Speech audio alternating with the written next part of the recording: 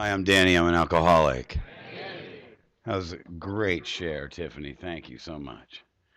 Thank you for what a great room. I love structure. I'm also anal retentive and OCD. I like things lined up. I like it. Thank you for having me and Jackie. Thank you for seeing to my hospitality, Ronnie and Laura. John greeting me at the door, and I like talking to Eric and Casey outside just before the meeting. Where are you at? Where are you guys at? Where are you two? I just want. There you go. Yeah, I always like those guys, man. I love new people. All you new people, man. It's really true. The two words above my head. It's really true. There are all the people that I know, and myself, and that I collectively, all I know about AA is that all that we want from you is to get this thing and go give it to people and have a beautiful life. That's it. That's it. And it's amazing. I remember I used to look at those words, man, and think, no, you don't. No, you don't. You don't know me. If you knew me, you wouldn't. But they do, and so do I. And so will you. Um, anyway, put this away. Not much room for. I'll put it back up. Not much room for shenanigans back here. I mean, they really keep you in order at this meeting. They go, look, if we put a table right behind the speaker, they won't be able to move around very much. We'll keep them in order too, you know. So, okay. Didn't start drinking until I was about like 9. All right. I had held out for as long as I could. It was Boone's Farm strawberry wine. As my sponsor would say, no grapes involved wine. Fortified stuff. I remember it was strawberry because I remember what it tasted like coming back up. But that thing happened, man. That magical thing. That group of people over there that I was so afraid of that I knew would dislike me if they talked to me after I drank that Boone's Farm strawberry wine couldn't wait to meet me. They couldn't wait. And I was taller, better looking. I love the lighting here, by the way. The darker it is, oh yeah. Oh yeah. I mean, we could dim it a little more if you ask me, you know. All I ever wanted to be was taller and better looking. Didn't get any of those. I got a lot more, man. Um, so anyway, small beginnings for me. You know, my father was a bird colonel in the Air Force, which doesn't make me an alcoholic. What makes me an alcoholic is that alcohol changes my perception of reality. That's what makes me an alcoholic. All right? And my brothers, they grew up. I'm a middle. I'm a middle. Anybody else a middle? Middle? Yeah, sucks, right? Hand me downs, hand me ups. He got special privileges because he was older. He got special privileges because he was the baby. And I was scapegoat target boy. You know, it was my fault. Everything was my fault. And I was told that. I was told you're nothing. You're never going to be nothing. How about the kids? Where's all the kids from your neighborhood that other kids were not allowed to play with in your neighborhood? Come on. Yeah, what? And the rest of you too, you know. Right. Don't go, you know. Don't you bring that Danny boy into this house. Right? I was that guy, man. Boy, my first drug of choice was, let's see, run, and then violence, and then attention, right before the Boone's Farm wine. And in my house, my father used to do. I'm a survivor of child abuse, you know, and extension cords, belt buckles, and fists, and just lots of emotional um, abuse. You know, being told that you're a loser and you're nothing, you're never going to be nothing. And I remember as an adult just checking into hotels, man, and just getting a big bottle of gin and just saying all those same things to me in the mirror. You deserve this. This is what you are. This is what you were always told you were going to be, and this is what you are. It's not true. Not true. Child of God. Child of God. When I first time I jump around a little bit. I don't have a can to pitch. but I'm thinking about bottling it. Good night. The first time when I read in the book or I heard it in a room where it said we cut ourselves off from the sunlight of the Spirit, I imagined in my head like something being over me, and that the sunlight of the Spirit only could come from above, that I kept it from coming in. And what I've come to learn and believe now is that the sunlight of the Spirit is all around me and definitely mostly within me. And where I cut it off from was coming out of me and coming to you. Because my only Alcoholics Anonymous doesn't teach me how to be spiritual. I was born that way. And anybody that's held a child in their hands, or a mom or dad, knows that a baby comes into this world perfect. And we all came in that way, right? Alcoholics Anonymous gives me these steps, which helps me break down self, which tears away the ego and the fear so that I can be that person who I was always meant to be, just to love you and let you love me. That's it. Good night. That's it. That's it. What is AA? AA, a guy asked me the other day, who runs AA? Nobody. No, really, who runs AA? Everybody. Dude, they're both true. No one and everyone runs AA. You do. You run AA. That's the obligation. My sponsor, his name's Earl H. I'm actively sponsored. I'm a human link in the chain of recovery. I'm sponsored in one hand and I sponsor in the other. That's what I used to be when I was new, when they said, get in the middle of AA. What it meant for me then was get in the middle and get around people and have a commitment. Like the Penguins. You guys ever see the March of the Penguins? You ever seen that? AA and Penguins, we have so much in common. We do, because the first side of the triangle is unity. I can't, but we seem to be able to. Unity. I bring the body to the meeting, right? There you go, body. The circle and the triangle, is there one on the front? It's an ancient symbol, right? Mind, body, and spirit. Therein lies a whole human being. In 1955, we stole it. Didn't think of copywriting it. Freemasons have it now, but we still use it, right? And the first side of the triangle is unity. Unity is the body. It's the first thing, right? You got to get physically sober, right? And you come to a meeting and you don't know what they're talking about, and rarely seen something and 12 things in AA and something or other, and I didn't catch all of that, but this is better than what I was doing, and okay, right? All right. Anything's better than what I had going. I liked what you said. I didn't know if, how'd you say it? I didn't know if I wanted what you had, but I knew I didn't want what I had, boy. And all I had was a crappy attitude, an attitude of belligerent denial. Belligerent. Warlike. You ever look these words up as you're floating through the big book? Belligerent. What a great word. Belligerent. Should have my picture next to it. Not anymore. Where was I? Do you remember? Thank you. Unity is the body. Bring it to a meeting. So, Penguins. Thank you.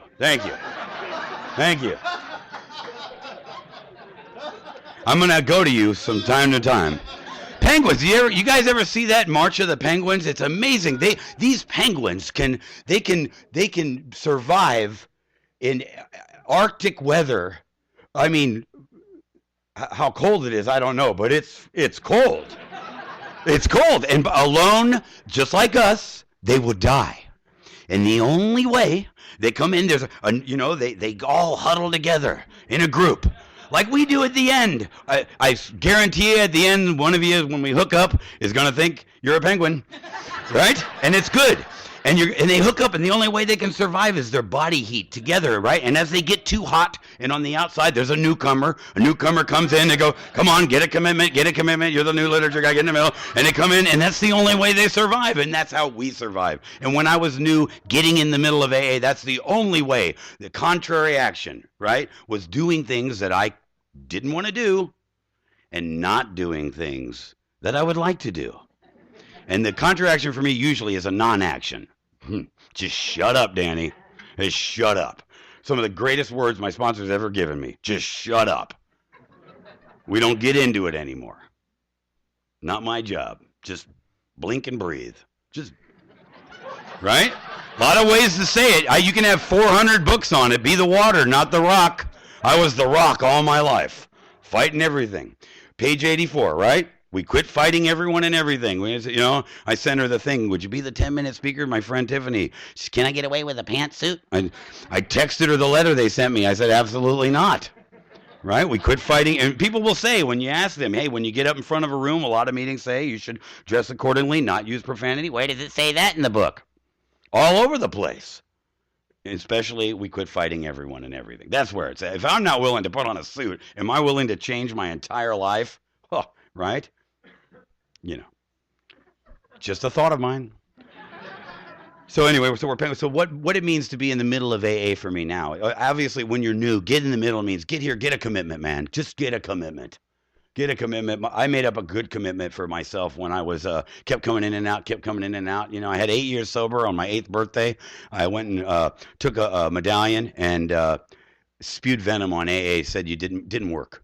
That you guys were all phony and it didn't work. And I went out and I stayed out for 15 years of trying to stop drinking. And my sponsor never gave up on me. That's the important thing, and a commitment that I got that really saved me was I made this commitment up. It's called Last Man to Leave. And I would go to this meeting on a Sunday night, and boy, I do not know how to chit-chat, newly sober. Chit-chat? How do you pretend to be interested in your day when you're new? You know what I mean? And you gotta, the hardest thing, I have been in fist fights with half of a sheriff's department, whole bars, groups of people. And one of the hardest things I've ever done is walk into a meeting of Alcoholics Anonymous with greeters on either side. Oh my God, is there another way in the room? Look at them. They're smiling, like that Extends commercial. They're like, they're saying hello to you 10 feet before you get there. And then they're asking you these complicated calculus questions like, how are you? How do I know? I'm miserable. I'm dying of a hopeless state of mind and body. How are you? And it's like, just leave me alone. Oh my God. And then I have driven up to an AA meeting before and seen that was the only way in, and I have driven right away because I could not do it. How do you chit-chat without a margarita in your hand? How do you do that? I don't know how to do that. I spent the last 10 years of my life looking at my feet so I didn't have to look you in the eye. The only time I would look you in the eye is if I was trying to manipulate you, because if you don't look somebody in the eye, they'll think you're trying to manipulate them. So you got to make sure you look them in the eye, And then finally, you have to look people in the eye here, and that's where we see the window to the soul. That's where we say, if you want what we have. What does that mean, if you want what we have? I used to think it meant like, you see a speaker and his watch flying around and his trophy chick next to him. Yeah. I would definitely like what that guy's got, And I did. And I didn't know they were talking about these promises, the feeling of usefulness and peace. Like my sponsor says, comfortable standing where I'm standing, doing what I'm doing with the people I'm doing it with. Oh, my God. Right? Serenity? Any golfers here? Any golfers in the room? I'm not a great golfer, but every 60 shots I'll hit one that makes me keep doing it. And it's like serenity. I don't feel it all the time. But every once in a while, I'll catch myself and I'll go, hey, everything's okay. And then, right, back to normal, right? But the longer I stay sober, the more I do this thing of giving of myself and putting self aside and giving to others, right? The more I feel that, because that's the object, right? The object is all we want to do is feel good, right? Those two great words in the big book, and oblivion. Oh my God, it's all I ever wanted. And oblivion for me now is carrying the message, right? Where was I? No, he's going to keep saying that. Penguins. I'm off the Penguins.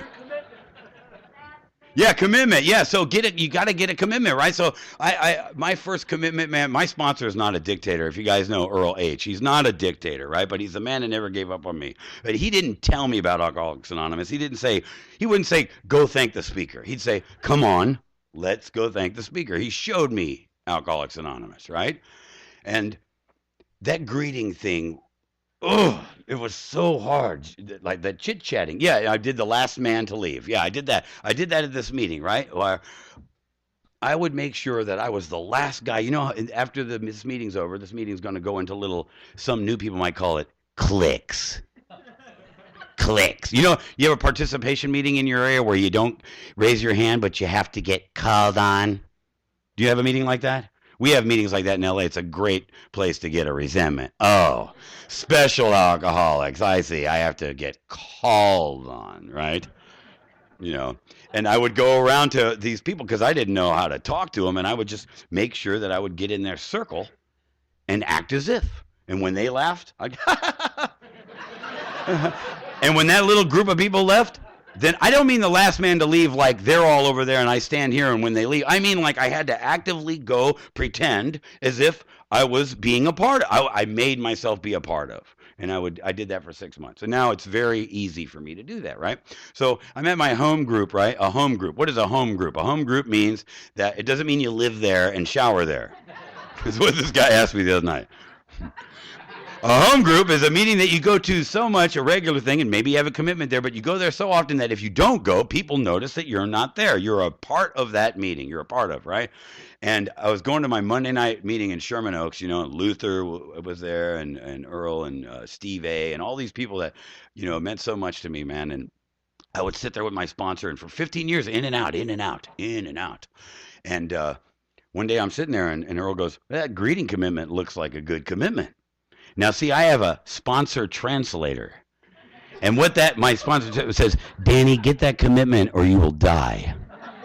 So I went every day, every Monday.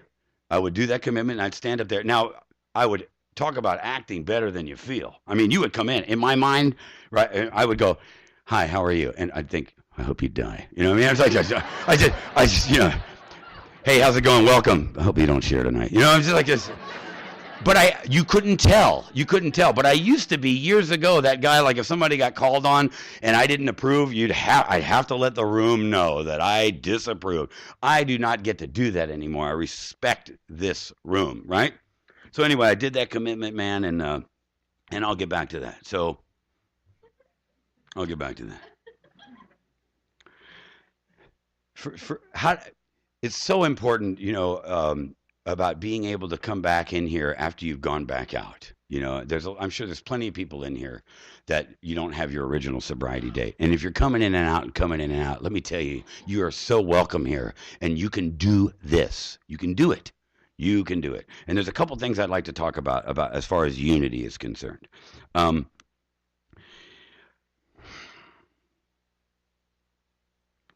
Maybe you're new and maybe you don't.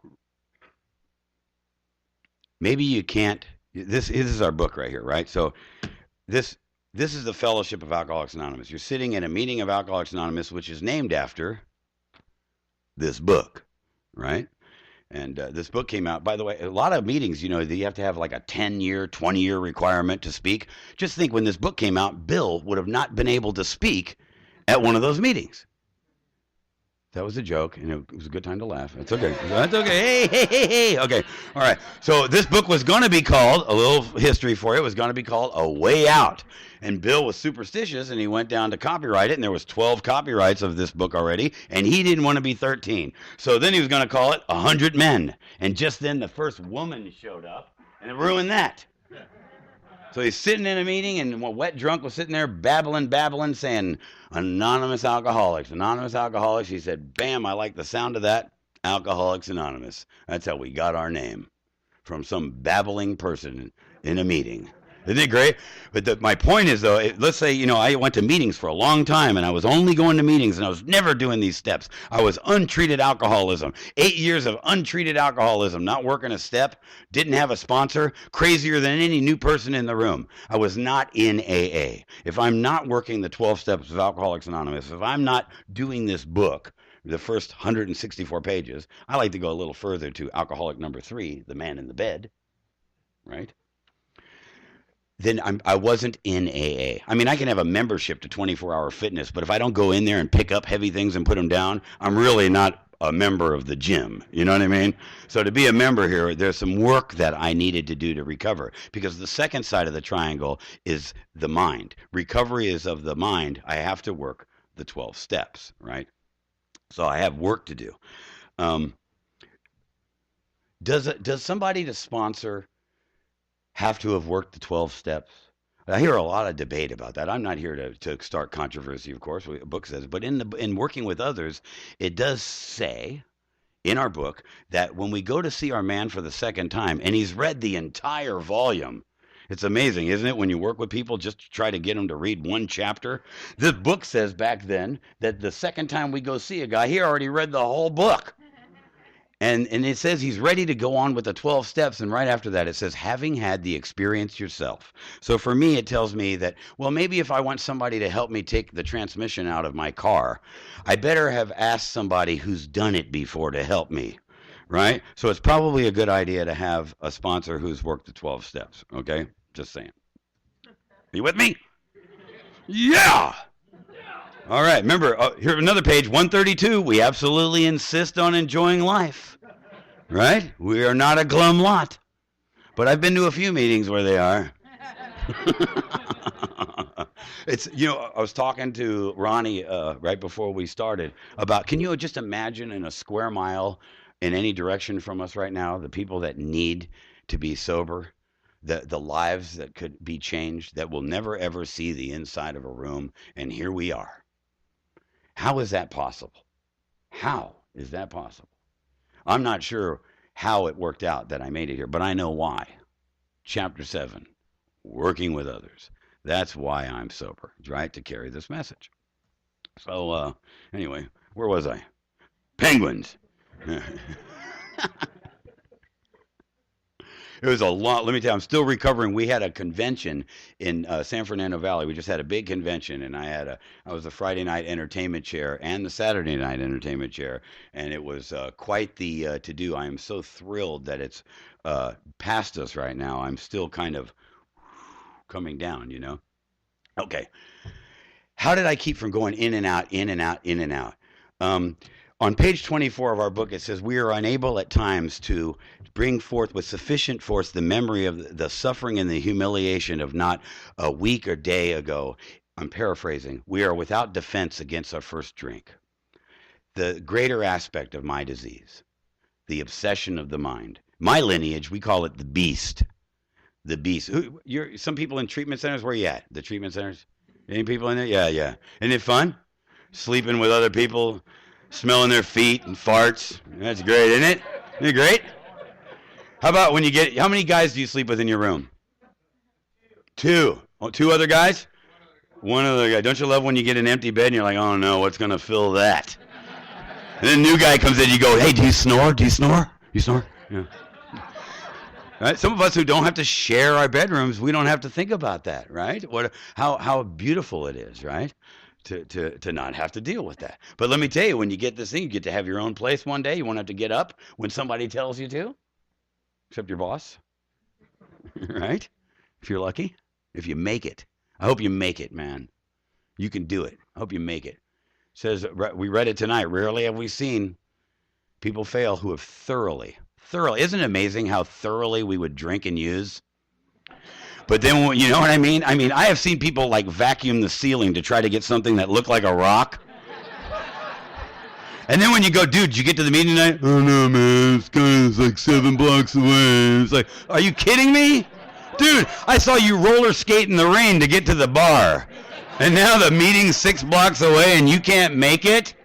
Thorough, man. Thorough, right? Yeah, it brings up something. Oh, yeah, I remember where I was. Maybe you can't identify. Maybe you're new. Maybe you're back there and you can't identify as an alcoholic. I like how that light went off just. That was good. I like that. What'd I tell you about abusing those powers, Jackie? Stop that. Maybe you're new. Maybe you're somebody that liked snortable alcohol. Or maybe you liked smokable 420 alcohol.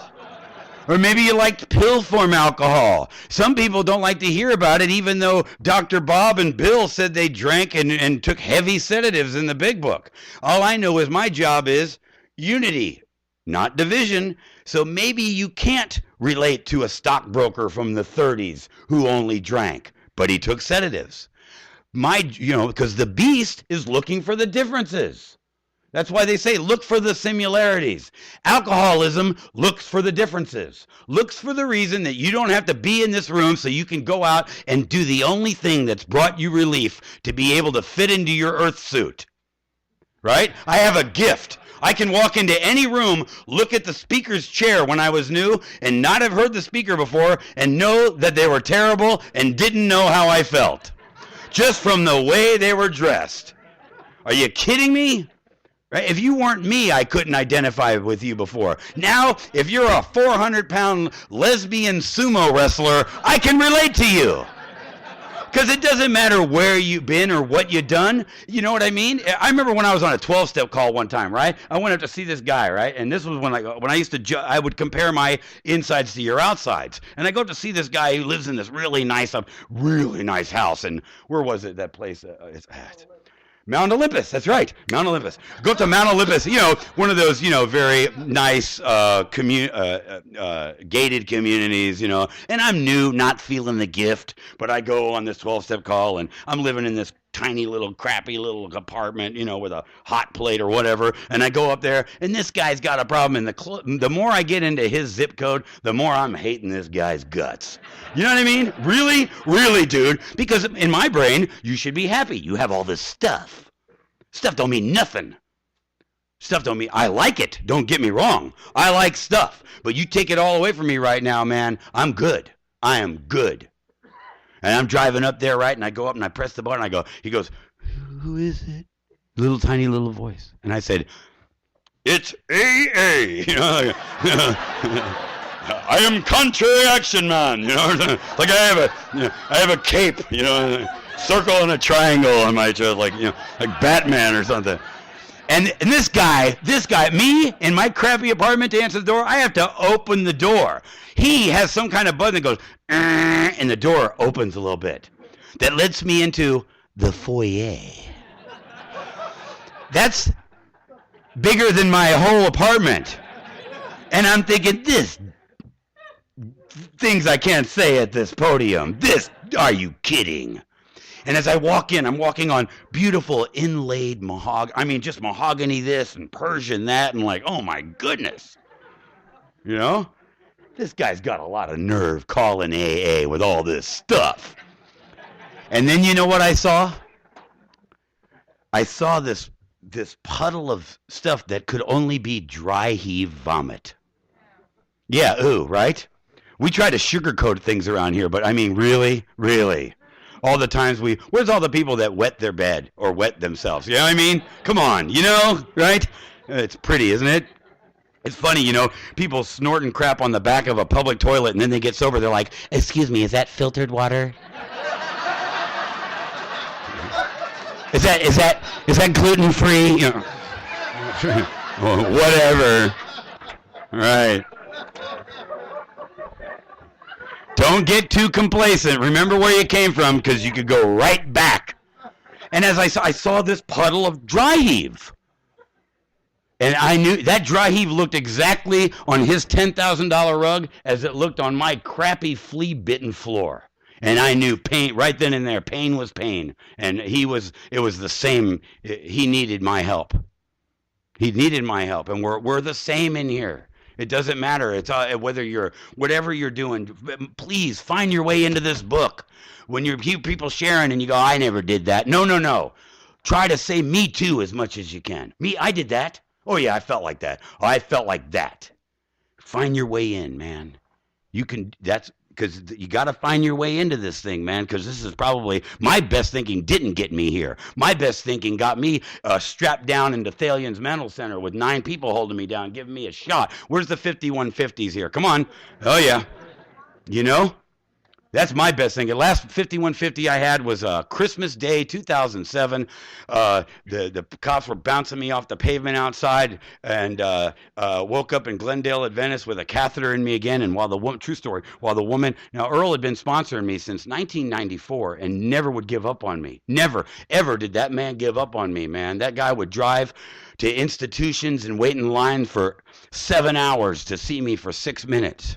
And he believed in me. He believed in me until I believed in myself. See, that's what you got to find here. You got to find somebody. Chances are, if you're here, you've probably run out. I hope you've run out of ideas. If you're new and you have an idea, tell us about the idea. We want to hear your idea. Be a great bestseller at the literature rack. Ideas of the newcomer. Very entertaining. So while this woman, she had me, captive, getting ready to take my catheter out. And she said, Danny, have you ever thought of going to AA? And I said, yeah, here I am, right? Sense of entitlement, right? Low self-esteem was a goal for me. You know what I mean? I said, I go to AA. I have the best sponsor in the world. His name's Earl. And at that exact moment, he walked in and said, and aren't I doing a great job? Swear to God, true story. Find your way in. Find your way in, right? Find somebody, man. Look around you. There are people in this room who have been through it all, who have been through terminal illness, who have buried people, who have lost their children, got their children, done it all without taking a drink. I drink and use no matter what. I can't not drink and use no matter what. If I could drink and use no matter what, I wouldn't have had to drive to Laguna Beach. They'd go, where's your speaker? He'd go, oh, he's at home, not drinking and using no matter what. I drink and use no matter what. So therefore, I have to do these things, constantly be doing these things. An obligation that I made with my sponsor. He said, when you get this thing, peace, serenity, you feel like you're no longer the second step, where I came to believe that a power greater than myself could restore me to sanity, soundness of mind, relieve me of the obsession to drink, where I can walk the earth free, like kung fu. I like that. Walk the earth. Walk in the earth. No longer is my day dictated by you will be drinking today. Wrap it up any way you want. That's a lovely idea. But you will be drinking today. You will be destroying relationships. Let's go to page 82, shall we? Shall we go to page 82 of our hymn book? And we always reminded, underlying, we think that cheerfulness and laughter make for usefulness around here, because it's so nice to not have to be doing what we're doing, but we're constantly reminded of just what it is we're doing here. When they say that we think that sobriety should be enough, no, it's not. We have a long, long way to go. This is Alcoholics Anonymous goes way, way beyond not drinking and using. It's about getting your integrity. If you were to take the principles of Alcoholics Anonymous to me and mash them into a snowball, they make humility. They make being humble. That's what they make to me, And on page 82, if I may, it says, the alcoholic is like a tornado roaring his way through the lives of others. Hearts are broken. Sweet relationships are dead. Affections have been uprooted. Selfish and inconsiderate habits have kept the home in turmoil. We feel a man is unthinking when he says that sobriety is enough. That's what's waiting for me. That's the life that I had. My life isn't like that anymore from working the steps, right? Step one, what's the problem? Got to know what the problem is, fix the problem. Take your car to the mechanic. The first thing he's going to do is, what's wrong with it? Well, lack of power seems to be my problem. I may be good at a bunch of other things, but when it comes to drinking and using, I am absolutely powerless. Step two, what's the answer? What's the solution? That a power greater than myself could restore me to sanity. So step three, Jackie, stop it. Jesus. Step three, that I make a decision to turn my will and my life, my thoughts and my actions, right? Over to a God that I may or may not understand. Understand God? I remember when they had VCRs? I couldn't even program a VCR, let alone, are you kidding? understand God. What is God? What is God? God is love. God, in the morning when I get up, I do this 11th step, right? Where all morning before, when you wake up, your head likes, I don't know about you, but my head, before I even get up, my head's like, no sense getting up. You're in debt. You hate. Everybody's probably going to get mad at you. You're probably going to screw this all up. So it might as well just stay in bed. My sponsor taught me this great prayer. Put my little hands up in the air before I get out of bed and say, whatever. Whatever.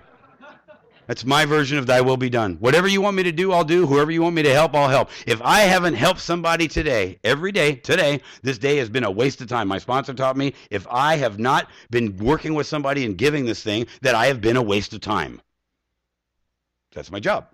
Then I turn on, the head, before the head can keep chewing on me, I start this, I like this stuff it's called Forest Rain. I go back and forth from Forest Rain and this dolphin thing. It's music that doesn't have any words in it. So that when my head starts going, okay, got to do this, got to do that. No.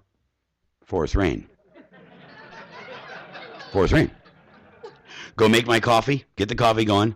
Forest Rain stays with, I usually wear a sweatshirt and my jammies, right? My little jammies, and I keep my phone with me, Forest Rain, right? And I go make my bed. It says, got to get my house in order. Trust God, clean house, help others. First thing I do, okay, God, you got it. And I literally keep my house clean. I got to. I have to do, that's what I have to do. I know some people I work with go, why should I make my bed? I'm getting back into it tonight. Really? And that's what I do. And then I go, and then I light a candle. I light a candle because it shows me the evidence of God. I can't see God, but I can see the evidence of God because something put the air here. Something greater than me. And a flame needs air to burn. And therefore, I am able to see God. I see God because I want to see God. I see God when I see someone helping another person. When I see someone extend their hand or smile or be joyful, or when I see a leaf or the sun shining through a certain way, or I feel it. I feel it. It's like, it's hard to describe. It's like trying to tell somebody what chocolate tastes like that's never tasted it. It's just this wonderful, beautiful feeling where I feel okay, And move on to step 4. And my first power, greater than myself, by the way, if you're new, I believe that my sponsor believed. I believe that he believed. That's it. I believed he believed. That was enough for me. I didn't believe none of you all. None of you. You're all liars. 33 years sober? Really? Really? Still going to that A&A, huh? Poor guy. That's what I used to think when I was new. He hasn't gotten it yet. 33 years, he's still going. God bless the long timers. I don't want to call them old timers that keep coming here and show us the way. My respect to them. And it's our responsibility that we, in its purest form, to me, keep giving this thing like it's supposed to be given, right? So I believe that Earl believed, and then one day I just started believing. And step 4, what's step 4? Step 4, not hard. A lot of people say, ooh, hard. No. It's the first step that asks you to write. So a lot of people don't like it. But why should I do an inventory? Why should I do step 4? Step's on this side, right? I don't want to point to the wrong side. Really screw with the newcomer's head. So the steps anyway. And the traditions are. Why should I do an inventory? Why do I need to know? Why do I need to know that? Because my job is to be in the game. How can I help Ronnie if I'm sitting over here thinking about myself? If I'm just thinking, oh my God, my life sucks. She's going to leave me. My job, I'm not getting enough money and you hate me and I'm not in the game. And when Ronnie walks in and he's in a lot of fear and I'm unable to see that because I'm stuck like the Clydesdale horses, those Budweiser horses with the things, That's me. Self. Me. I, me, mine. Me. Right? So page 62 says selfish self-centeredness. That's the root. Remember, you guys know who, God help me out. Jim Hurley's old sponsor. You guys know Jim Hurley, right? Clint Hodges used to say, thank you. I'm self-centered. I need a new center. I'm self-centered. I need a new center. Right? And I need to be in the universe because all I ever wanted was out. All I ever wanted was out of my room, out of my family, out of my car, away from me, leave me alone. And now all I want is in. And the only way that I can get in, the only way that I can close the distance between you and I is remove the fear. How do I remove the fear? With an inventory, right? And the biggest one on there for me was my father, right? Obviously, justifiably, right? Did a bunch of things that I wasn't a part of. But I'm not trying to absolve him of anything. I'm trying to get free. How can I live a life of being loving and caring and being of service if I'm stuck with anger? This was me all my life. How can I hug you with a fist? I can't receive love from you or give you love. Here, would you like some love? Here. Oh, don't mind the fist. It's in there. That was me. Oh, where are you at? And and let go of that anger, man. It's not in there anymore with me. It's just not. And so we do an inventory, man. We write it down and we write down all the stuff. And when we get through this inventory and you work it with a sponsor, that's somebody that knows you, because by the time you get to that inventory, you'll have done these other steps and they'll know what you need and they'll take you through it lovingly. And the unity will happen during that fifth step. You'll really close that first side of that triangle up with the unity, and you'll feel like you're part of something. I promise you will. I promise. If you do it, just half, you'll be okay. So that fourth column, right, says there's my list of character defects. These are the things that get in the way of between you and me. These are the things that I need to remove. And that's 6 and 7. We take that and we go, here, I don't want it. I don't need this anymore. This is keeping me from being the guy that I need to be. A loving, gentle, sweet man. Always in conflict with that. As a man, I came from a home of big boys don't cry. Take it like a man. Quit crying or I'll give you something to cry about. Right? I didn't know how to have communication. I have had emotional sobriety now. I am a catch as far as for a relationship. I know how to do one of those. I do. I know how to communicate. I know my boundaries because I have gone into the big book where after I've done my inventory, where it teaches me to shape a sane ideal about who it is I want, not just as a girlfriend, but as friends and people, right? Because everything I put into my life, it's like a pond. My life is a pond, right? When I got here, my pond was just like, have you ever been to somebody's house that like didn't clean their fish tank? And it was like months old, you couldn't even see through it. That was my pond when I got here, right? Do you want what I have? Right. And I learned I had to clean that pond, but I can't clean the wreckage of my past and create new wreckage. So all the water and that I put into my pond has to be nice, clean water. Everything in my life is a pond, and everything that I put into my life is a pebble, and it all has a ripple effect, a good one or a bad one. Sometimes I suffer the consequences of my behavior. Most of the time, these days, I'm not willing to, right? Good stuff only. And I think when people are around me, is this person going to be good for me or bad for me? Because I don't want chaos in my life. I want peace. I am more helpful and am more of service to my fellow man if I am peaceful. And you can't buy peace I don't care, at Nordstrom. You can buy a Jimmy Choo bag. You can't find peace anywhere in there. And I did all that. I shop till I drop. I like stuff. Okay. I just let it flow, man. Just whatever God wants me to say. Hey, there's a circle in the triangle back there on the wall. Nice. There it is. Woohoo. So for the new people that keep going in and out, and you're sitting in treatment and you're thinking, man, how am I going to do this? How you're new and you're coming back again and you're in your first 30 days, or you got 6 months again, you got 9 months, and you're not feeling the gift. This gift. And I was sitting there one time at a meeting. It was one of those meetings where they had to call on you. Hated them all. And I'm sitting there. You know how I really joined AA? This is how I really joined AA. I had been coming to AA meetings since 1982. I'd been coming to AA meetings. I'm 53 years old. I'd been coming to AA meetings, and this was in 2008. And this is when I really joined AA. When I was able to laugh at myself, right? There was this meeting, and the leader made the mistake of calling on me. She didn't know any better. She didn't know me, that I was this exposed raw nerve.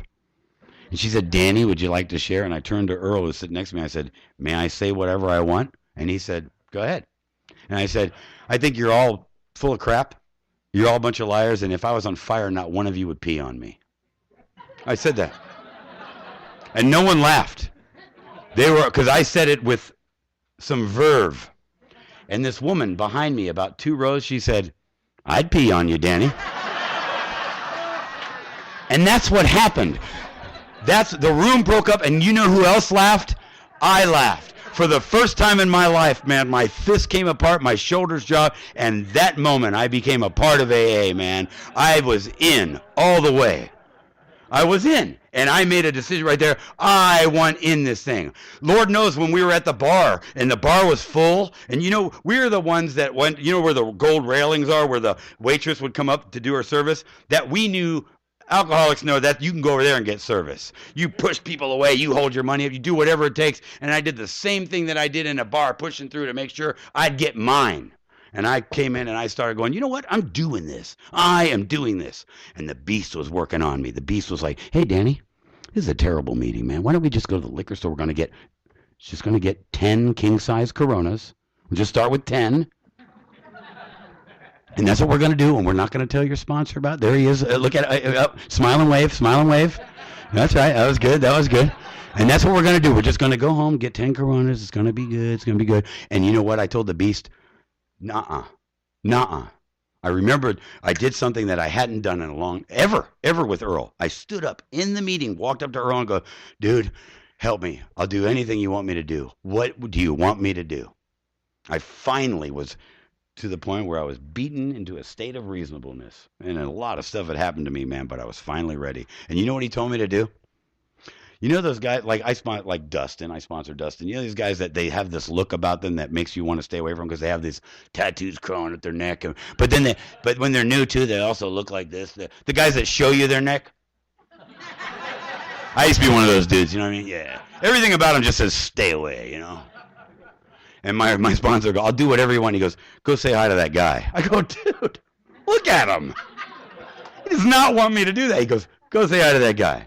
All right. And it was just like, remember like in 7th grade when I used to go to the gymnasium for dances, they would line up all the dudes on one side and all the girls on the other, and you'd have to do that long walk. For men, for me, this was a hard thing. You had to walk all the way across and go ask a girl to dance. And in my head, she's going to say no. She's going to say no. Hi, would you like to dance?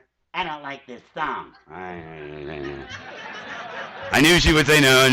And then she gets out dancing to the same song with a guy this tall, perfect teeth, Letterman jacket, right? And being the pathetic moron that I am, I had to go out into the dance floor and say to her, I thought you said you didn't like this song. Same thing. I felt exactly the same thing. Grown man, almost 50 years old, walking across this room to another man going, hi, how are you? I'm all right. Enjoy the meeting. Go back. Did you see that? Did you see that? My sponsor goes, yeah, now after the meeting, ask him how the meeting was. What? And while you guys got to have a nice meeting, the whole time I was just sitting there in my head going, oh my God, what am I going to say to this dude? Just, oh my God. What's that saying about fear? I've been through some terrible things in my life, some that have actually happened to me, you know? And since then, I have always done everything without question. If he called me right now and said, I want you to paint the rafters at the Canyon Club green, I would say, where do I get green paint? I would do it. I mean, with the committee's approval, of course. My sponsor, man, I love my sponsor so much, and I want you, just, if you're new and you don't have a sponsor, don't leave the room without a sponsor. You cannot sponsor yourself. Every bad idea that's ever happened, everything that's ever happened to you came from your head. Came from your idea. No one told you to do that. You did it. So you need somebody else. Earl, I'm thinking about getting back together with Debbie. Oh, Debbie? Oh, you mean the girl that when you broke up with her, she broke the window of your truck and put the hose in there and turned the water on for 8 hours? Oh, you think that'd be a bad idea? Yes, Danny. Get a sponsor. A sponsor that believes in you, man. My sponsor has done so many things, and I'm going to end. What I got, like 3 minutes, right? 3 minutes? I got 3 minutes? 2 minutes. I'm going to end with one of my favorite sponsor stories. Earl, man, who just, I love my sponsor so much.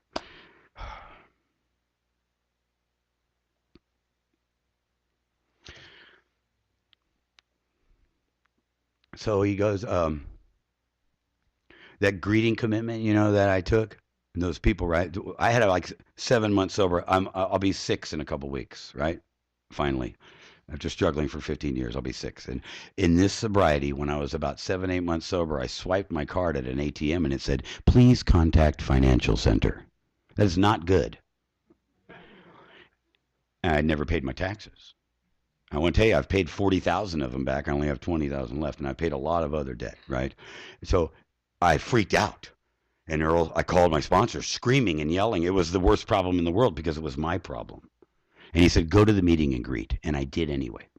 A couple weeks later, I'm sitting in my apartment, no air conditioning. We had 17 days in a row of triple digit heat. I'm sitting there not feeling the gift, going to those darn meetings with those darn people. And my sponsor calls me.